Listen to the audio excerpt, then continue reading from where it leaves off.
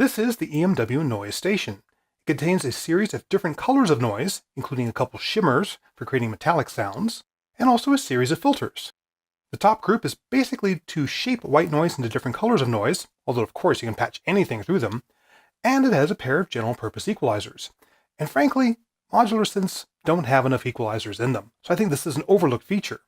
We'll start by listening to the different types of noise it has, play with the filters a bit, and then end up using it for percussion sounds.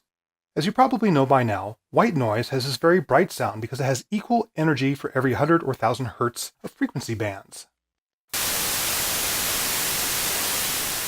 As we look at our spectra display, it is indeed pretty flat. That's what we'd expect. It is a little bit of a rougher sounding white noise than other instruments we have here, such as the SSF Quantum Rainbow, which is a more gentle hissy sound, and also the Moog Mother-32, which is actually kind of a peak to mid-band sound, not really white noise at all. So the Noise Station is a nice happy medium between the two of them. Pink noise is supposed to have equal energy per octave. It's supposed to have a pretty steady fall off at a slope of 6 dB per octave. As you see, there's a bit of a hump here in the upper mid-range, so it has a little bit of an unusual character to it. And again, it has a rougher tone in general than some other sources, such as the SSF. A little bit more bass heavy, and you know I'm all about that bass. The red noise on this has a lot of high-end roll-off, more than typical. Very low rumble, and it makes it particularly good for creating some natural sounds, particularly those in the distance, but also to use as a modulation voltage, because as you can see from the data display, it's basically a rapidly moving random voltage.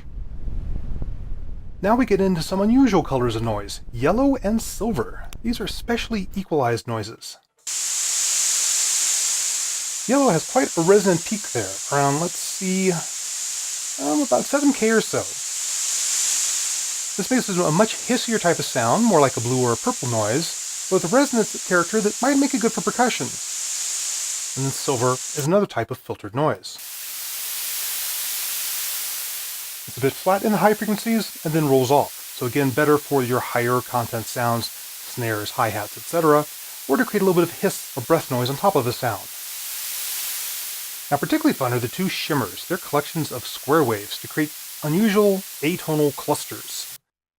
Shimmer 1, and you see some unusual harmonic spectra there. And then Shimmer 2 has a different mix of tones.